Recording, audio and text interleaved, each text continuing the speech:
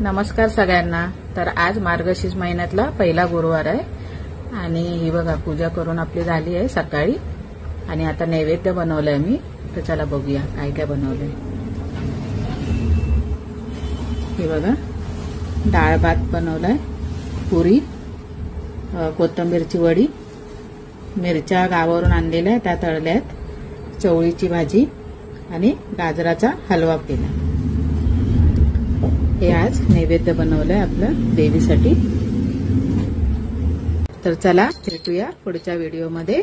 आई हा, देव बाप्पांना तिखट नाही लागणार मिरची खाऊन?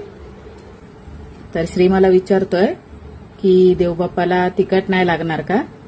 तर मी या मिरच्या काढून ठेवते। हा बघा श्री आणि हा बघा श्रीला पण आता गाजरचा हलवा, पुऱ्या वगैरे बघून भूक लागली आहे।